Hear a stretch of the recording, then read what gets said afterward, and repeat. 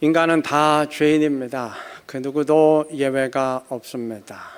아니 그럼 갓 태어난 갓난아기는 아직 한 번도 죄를 짓지 않았는데 그런 아기도 죄인입니까 하신다면 역시 죄인입니다. 죄를 지었기에 죄인이라기보다는 죄인으로 태어났기에 죄인이기 때문입니다. 자, 갓 태어난 애완용 미니 돼지가 있다고 한번 가정을 해보십시다.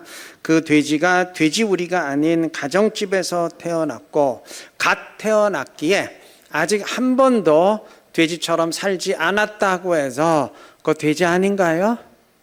돼지죠? 돼지처럼 살았기에 돼지가 아니고 돼지로 태어났기에 돼지이기 때문입니다. 인간도 마찬가지여서 죄인으로 태어난 이상 죄인입니다. 인간이 죄인으로 태어나는 이유는 첫 인간인 아담 때문입니다. 하나님이 처음 창조하셨을 때 아담은 지금과 같지 않았습니다. 지금과 같은 죄인이 아닌 영생의 존재였는데 하나님의 말씀을 어기고 범죄함으로써 지금과 같은 인간으로, 즉 죄인으로 존재가 바뀌었습니다. 하나님이 범죄하면 그렇게 되리라 분명히 경고했는데도 범죄했기에 그냥 하나님이 경고하신 그대로 말씀대로 된 것입니다.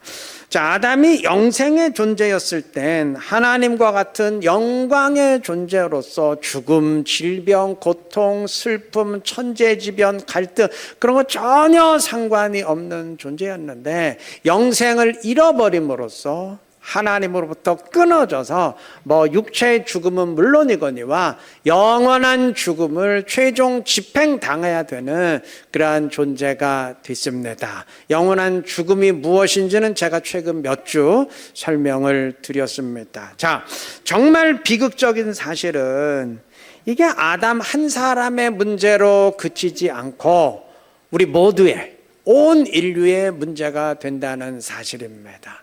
출생의 원리 때문에 그렇습니다. 모든 존재는 자신과 똑같은 존재를 낳습니다.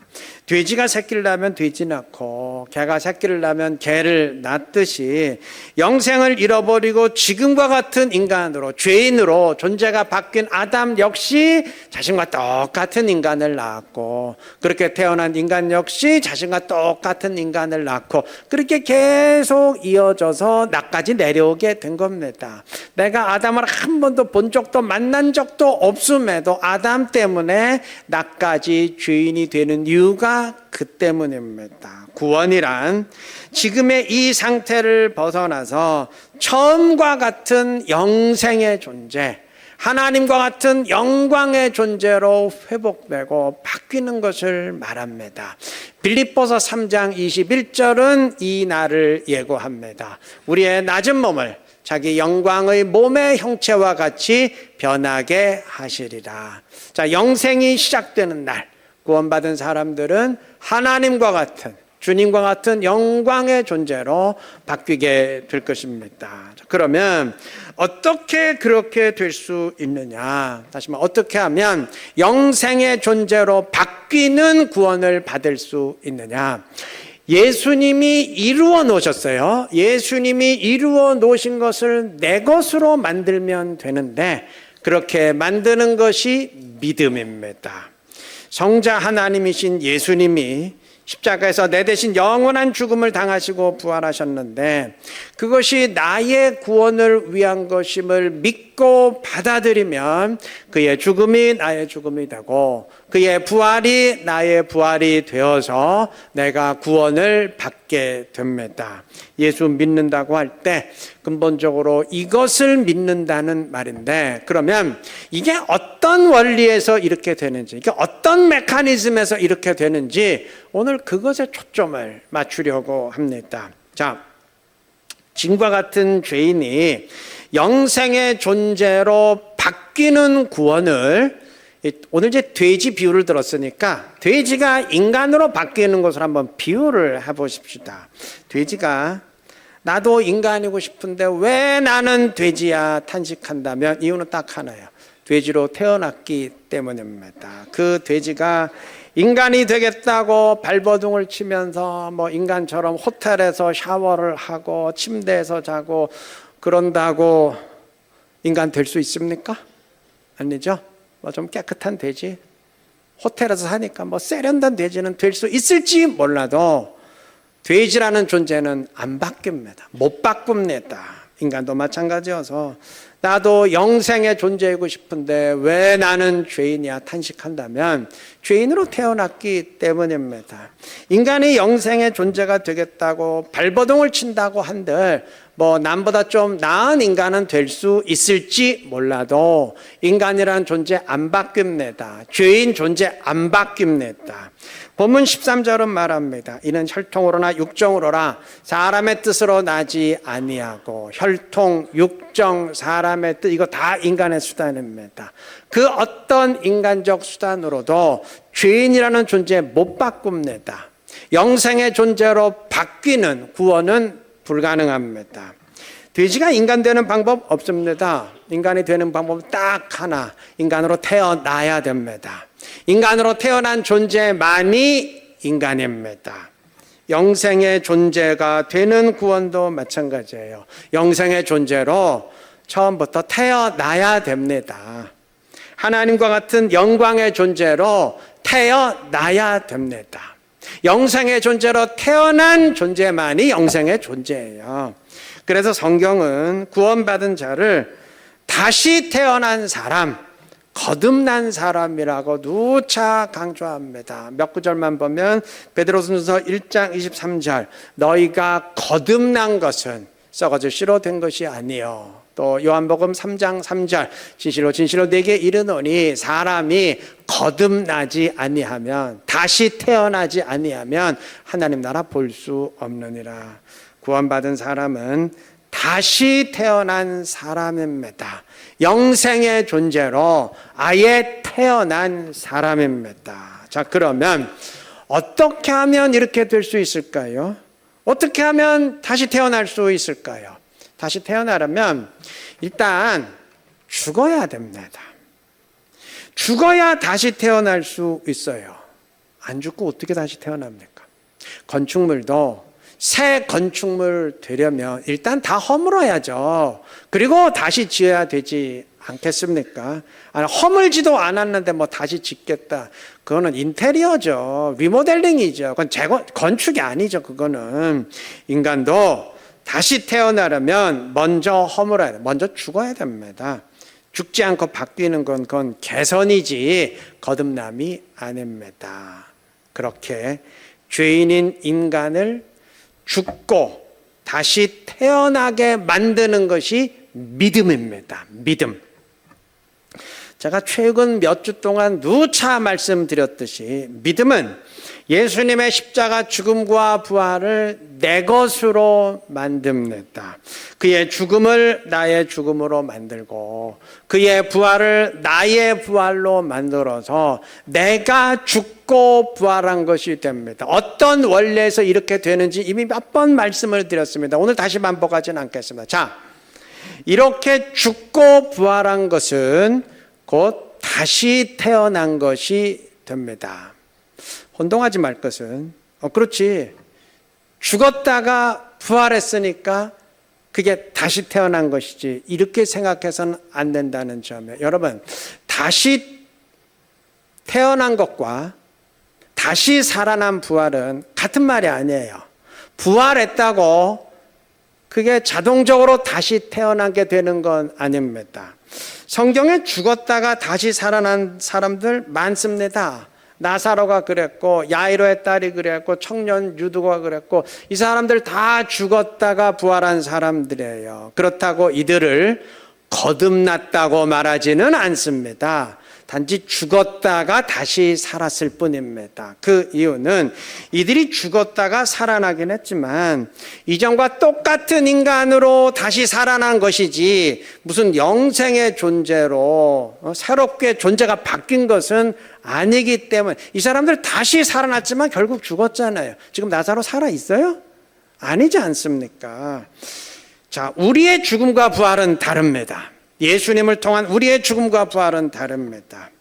자, 몇 번 강조했듯이 예수님의 십자가 죽음은 단순한 육체적 죽음이 아니고 영원한 죽음입니다. 우리는 믿음으로 그 죽음을 내 것으로 만든 사람들입니다. 다시 말해서 영원한 죽음을 내가 당한 사람들입니다. 자, 이렇게 영원한 죽음을 내가 당했으니까 이제 더 이상 영원한 죽음을 당할 필요는 없어요. 죄의 벌을 다 받았으니까 또 받을 필요는 없는 거죠. 그리고 믿음으로 예수님의 부활을 나의 것으로 만들었으니까 우리의 부활은 단순히 이전의 인간으로의 부활이 아니고 이제는 더 이상 영원한 죽음을 당할 필요가 없는 존재로의 부활. 다시 말하면 영원한 죽음을 당할 필요 없는 영생의 존재로의 부활인 것입니다. 자, 그런 의미에서 우리의 부활은 다시 살아난 것이면서 동시에 다시 태어난 것이에요. 단순한 살아남을 넘은 거듭남입니다. 영어로는 born again, 다시 태어났어요. 상식적으로 그렇지 않습니까? 자, 돼지가 죽었다가 돼지로 다시 살아났어요. 그럼 그냥 다시 살아난 거죠. 그런데 돼지가 죽었다가 살았는데 인간으로 다시 살아서 이제 인간으로 살아요. 그럼 이거 단지 다시 살아난 게 아니죠, 이거는. 인간이라는 존재로 새롭게 태어난 것이죠. 우리의 경우가 그러한 것입니다. 자, 바로 이러한 원리에서 우리는 영생의 존재로 다시 태어나는 구원을 얻게 된 겁니다. 이게 믿음으로 말미암은 것이니까 그런 의미에서 우리는 믿음으로 영생을 얻었다. 우리는 믿음으로 영생의 존재가 되는 구원을 받았다라고 말하는 것입니다. 십자가 사건으로 우리가 구원받았다 말할 때 바로 이런 의미예요. 주님의 십자가 죽음과 부활을 내 것으로 만듦으로 영생의 존재로 다시 태어나는 구원을 받았다. 그러한 의미입니다. 13절 마지막 부분이 이를 말합니다. 오직 하나님께로부터 난 자들이니라. 우리를 하나님께로부터 태어난 자들이라 그랬어요. 우리의 다시 태어남이 스스로 이룬 게 아니고 성자 하나님의 죽음과 부활을 내 것으로 만듦으로 인한 것이기에, 그 때문에 이렇게 된 것이기에 우리를 하나님께로부터 다시 태어난 자들이라. 내 스스로 다시 태어난 거 아니잖아요. 그렇게 말하는 겁니다. 같은 이유에서 12절은 영접하는 자, 그 이름을 믿는 자들에게는 하나님의 자녀가 되는 권세를 주셨으니 하면서 우리를 하나님의 자녀라 불렀습니다. 자, 내가 나의 부모님의 자녀인 이유가 그들을 통해 태어났기 때문이라면 같은 이유에서 내가 하나님으로 인해서 다시 태어났으니 하나님의 자녀 아니겠습니까? 이처럼 그리스도인의 믿음은 이건 단순한 지적 동의나 깨달음이 아닙니다. 믿음은 우리를 영생의 존재로 다시 태어나게 만드는 하나님의 능력입니다. 믿음은 예수님의 십자가 죽음과 부활을 내 것으로 만드는 하나님의 능력입니다. 때문에 믿음은 인간 스스로 의한 것이 될 수가 없고 이건 하나님이 주시는 것일 수밖에 없어요. 상식적으로 생각해도 그렇지 않습니까? 자, 인간이 아무리 발버둥 쳐도 스스로 영생의 존재로 바뀔 수 없습니다. 돼지가 아무리 발버둥 쳐도 인간 못 되잖아요. 인간이 아무리 발버둥 쳐도 영생의 존재 못 돼요. 인간 존재 벗어날 수 없어요. 그런데 믿음은 영생의 존재로 나를 바꿔요. 그럼 믿음은 인간의 것이 될 수가 없지요. 이건 하나님의 능력, 하나님이 주시는 것이에요. 우리는 하나님으로부터 그 믿음 다 받은 사람들입니다. 믿음을 지닌 사람으로 다시 태어났으니 이제 영생의 존재로 하나님의 자녀로 살아가시기를 바랍니다. 하나님의 자녀답게 살아가시기를 바랍니다. 혹 아직 믿음이 없으신 분 있다면 하나님께 부탁하시기를 바랍니다. 저에게도 믿음을 허락해 주십시오. 간구하시기를 바랍니다. 반드시 하나님께서 어느 때건 허락해 주실 줄로 믿습니다. 다 그렇게 되시기를 바라요. 그래서 우리 모두 구원받은 영생의 존재로서 하나님의 자녀로서 영생이 시작될 그날을 소망하며 주님과 함께 이 땅을 살아가는 지혜롭고 복된 우리 모두 되시기를 바랍니다.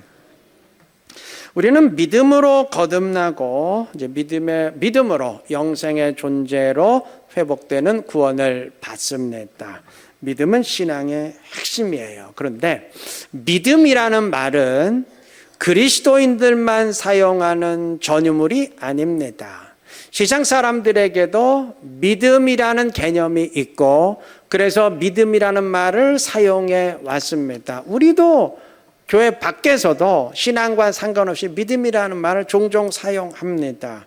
자, 이렇게 이미 믿음이라는 말을 알고 사용해 왔다는 것은 한편으론 성경이 말하는 믿음을 이해하는 데 도움이 됩니다.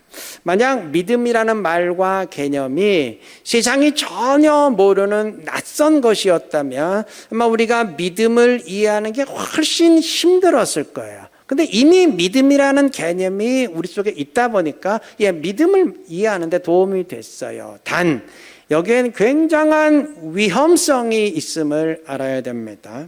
이미 믿음이라는 말을 알고 사용하다 보니까 내가 아는 그 개념으로 성경의 믿음을 이해할 위험성이 있어요. 다시 말해서 내가 익히 알고 사용하는 말이다 보니까 성경도 그런 의미로 사용한 것으로 착각할 위험성이 있다는 말입니다. 여러분, 성경이 말하는 믿음과 세상이 흔히 사용하는 믿음의 개념은 같은 부분도 있지만 같지 않은 부분이 많습니다. 그렇게 단순히 판단할 문제가 아니에요. 세상이 말하는 믿음은 내가 그것을 인정하고 동의한다는 의미입니다. 그 정도가 강할 땐 확신한다는 의미예요. 내가 그걸 확신해. 믿음이에요. 물론 성경이 말하는 믿음도 인정, 동의, 확신을 전제합니다. 동의와 확신이 없는 믿음은 그건 있을 수가 없죠. 그러나 확신만 있다고 해서 성경이 말하는 믿음인 건 아닙니다. 성경의 믿음은 그 이상입니다. 때로 사실 성경이 믿음이라는 단어를 통해서 말하고자 하는 것은 그 믿음이라는 단어 하나로는 온전히 담아내기가 힘들어요.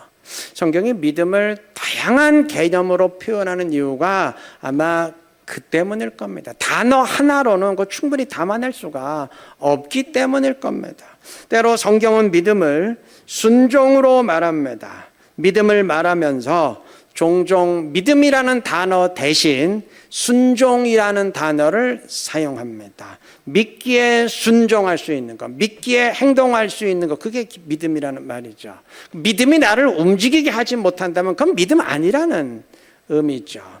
또 어떤 경우엔 믿음을 하나님과 하나 되는 것으로 말합니다. 주님을 내 안에 모시고 그와 함께하는 것, 그게 믿음이라는 의미죠. 요한복음엔 믿는다는 말이, 주님을 믿는다는 말이 무려 100번 가까이 사용됐습니다. 이거는 마태, 마가, 누가 복음서에서 사용된 것을 다 합한 것보다도 무려 3배 가까이 많은 횟수입니다. 그런데 그렇게 믿음을 많이 말하면서도 단 한 번도 명사로 말한 적이 없어요. 명사란 물건이건 개념이건 이것이다 딱 규정되는 것인데 요한복음은 단 한 번도 그런 명사로 믿음을 말하지 않았어요. 그 대신 항상 움직임을 의미하는, 행동을 표현하는 동사로만 믿는 것을 말했어요. 이게 100번 가까이 예외가 없다면 이건 절대 우연이 될 수 없죠. 이건 100% 의도적인 것이죠. 일부러 이런 겁니다. 자, 그럼 믿음을 동사로만 표현했을 때 무슨 의미일까요? 믿음은 이것이다, 정형화된 개념으로 고착화된 것이 아니고 살아 움직이는 것이다, 행동하는 것이다, 그러한 의미겠죠. 맞아요. 믿음은 살아 움직이는 것이기에 상황에 따라서 다양하게 드러납니다. 영적 싸움의 상황에선 담대한 싸움으로, 고난의 상황에선 힘들어도 흔들리지 않는 주님에 대한 신뢰로, 예배의 자리에선 은혜를 사모하는 심령으로, 또 일상의 삶에선 하나님께 우선순위를 두는 삶의 질서로, 또 다른 상황에선 또 다른 모습으로 드러날 수밖에 없습니다. 기도의 현장에서는 하나님과의 만남으로, 찬양의 현장에서는 성령의 임재에 대한 체험, 뭐 그렇게 드러나지 않겠습니까? 그렇지 않겠어요? 여러분, 그게 믿음이에요. 살아 움직이는 것이 믿음입니다. 이 사실을 인식한다면 우리는 절대 세상이 말하는 하나의 개념으로 믿음을 판단할 수 없습니다. 본문 12절 다시 보시면 영접하는 자, 곧 그 이름을 믿는 자들에게는 하나님의 자녀가 되는 권세를 주셨으니 라고 했습니다. 자, 예수님의 이름을 믿는 자들이라 그랬는데, 예수님의 이름을 믿는다는 건 예수님 자신을 믿는다는 말이에요. 그런 사람은 영생의 존재로 거듭날 하나님의 자녀가 됩니다. 오늘 다 말씀드린 것인데 이 구절과 연관해서 좀 보고 싶은 구절이 있습니다. 요한복음 2장 23절 24절은 말합니다. 많은 사람이 그의 행하시는 표적을 보고 그의 이름을 믿었으나 예수는 그의 몸을 그들에게 의탁하지 아니하셨으니. 자, 여기서 의탁하지 않았다라고 번역된 원어의 의미는 믿지 않았다입니다. 많은 사람들이 예수님의 이름을 믿었지만 예수님은 그들을 믿지 않았어요. 신뢰하지 않았어요. 그들의 믿음으로 인정하지 않으셨다는 말입니다. 반문할 수 있죠. 아니, 왜 오늘 본문에선 예수님의 이름을 믿는 자는 하나님의 자녀가 된다고 분명히 선포해 놓고 또 2장에서는 그들이 예수님의 이름을 믿었지만 소용이 없었다. 그거 믿음 아니다. 왜 이렇게 서로 모순됩니까? 하실 수 있는데 자세한 설명은 다음으로 미루고, 여하튼 오늘 명심할 것은 나는 예수님을 믿는다고 확신하는데 예수님은 인정하지 않으실 수 있다는 얘기. 그 믿음 아니다 하실 수 있다는 것 명심해야 됩니다. 여러분, 믿음은 확신의 정도로 확인될 수 있는 게 아닙니다. 우리가 예수를 믿는 이유는 확신하기 위해서가 아니고 구원받기 위해서입니다. 영생의 존재로 다시 태어난 하나님의 자녀가 되기 위해서, 그래서 믿는 거면 분명히 얘기했잖아요. 그 이름을 믿는 자는 하나님의 자녀가 된다 말씀했지 않습니까? 본문은 그 이름을 믿는 자들에게는 하나님의 자녀가 되는 권세를 주셨니 그랬어요. 하나님의 자녀로 불리는 권세가 아니고 하나님의 자녀가 되는 권세를 주셨다고 했습니다. 그러면 그것으로 확인해야 됩니다. 예수를 믿는 자는 영생의 존재로 다시 태어나 하나님의 자녀가 된다고 했으니 그것으로, 내가 과연 영생의 존재로 다시 태어났는지, 내가 정말 하나님의 자녀가 되었는지 그것으로 믿음을 확인해야 됩니다. 물론 첫인상으로는 확인이 안 돼요. 그런데 드러나는 모습이 다릅니다. 개는 가르치지 않아도 개로 살아요. 돼지는 돼지로 살라고 가르치지 않아도 돼지가 돼지처럼 살겠으면 학교 다닙니까? 그냥 냅두면 알아서 돼지로 살아요. 마찬가지로 영생의 존재로 태어난 하나님의 자녀는 당연히 하나님의 자녀로 삽니다. 일반 사람과 가치관이 다르고 삶의 모습이 다릅니다. 아니, 어떻게 돼지와 인간의 삶의 모습이 같겠어요? 안 그렇습니까? 개가 살아가는 모습과 인간이 살아가는 모습 어떻게 같겠습니까? 당연히 다르죠. 어떻게 하나님의 자녀와 일반 사람의 모습이 같겠습니까? 그거는 당연히 다르죠. 그것으로 믿음을 확인하십시오. 믿는 자는 하나님의 자녀가 된다고 했으니까, 그게 구원이니까 그 모습으로 내가 믿는지 안 믿는지를 확인하시기 바랍니다. 물론 한 가지 명심할 게 있어요. 이 문제는 사실 섣불리 판단할 수는 없습니다. 이유는 첫째, 이게 믿음과 구원은 오직 주님만이 판단하는 것이기 때문입니다. 왜? 둘째, 분명 하나님의 자녀로 태어난 거 맞는데, 그런데도 하나님의 자녀의 모습을 보이지 못할 수 있기 때문입니다. 설명을 위해서 제가 비유를 다시 들어보겠습니다. 여러분, 사람이라면 언어로 말을 하고 본능을 넘어선 이성적으로 판단하는 게 정상입니다. 그게 짐승과 구별되는 사람만의 특징이에요. 그런데 예외가 있어요. 갓난 아기의 경우는 언어로 말하지 못해요. 이성적으로 판단하지 못합니다. 분명 사람 맞는데 전혀 사람만의 특징을 보이지 못해요. 아직 성장하지 못했기 때문입니다. 영생의 존재로 다시 태어난 사람도 마찬가지예요. 하나님의 자녀로 태어났다고 바로 하나님의 자녀의 모습을 보일 수 있는 것 아닙니다. 일단 어느 정도 성장을 해야 돼요. 그래서 갓난아기 상태를 벗어나야 됩니다. 성장하기 전까지는 하나님 자녀의 모습을 보이지 못할 수 있습니다. 때문에 어떤 사람이 하나님의 자녀의 모습을 보이지 못할 때, 이게 구원받은 사람답게 살지 못할 때, 그게 영생의 존재로 다시 태어나지 못했기에, 다시 말하면 구원받지 못했기에, 예수를 믿는 게 아니기에 그런 것인지, 아니면 구원받은 하나님의 자녀 분명 맞는데, 다시 태어났는데 아직 자라나지 못했기에 그런 것인지 함부로 판단할 수는 없습니다. 이게 영생의 문제와 성장의 문제는 혼동될 수 있다는 말입니다. 본인도 헷갈릴 수 있어요. 하나님만 아시겠죠. 여러분, 제가 짐작하기엔 아마 성장의 문제가 훨씬 더 많지 않을까 그런 생각이 드는데, 성장의 문제건 영생의 문제건 둘 다 문제입니다. 영생의 문제가 훨씬 더 큰 문제이긴 하지만 성장의 문제도 그에 못지않은 심각한 문제. 이게 초신자가 아니고 예수 믿은 10년, 20년, 30년 지났는데 그렇다면 이게 굉장히 심각한 문제예요. 여러분, 관건은 성령입니다.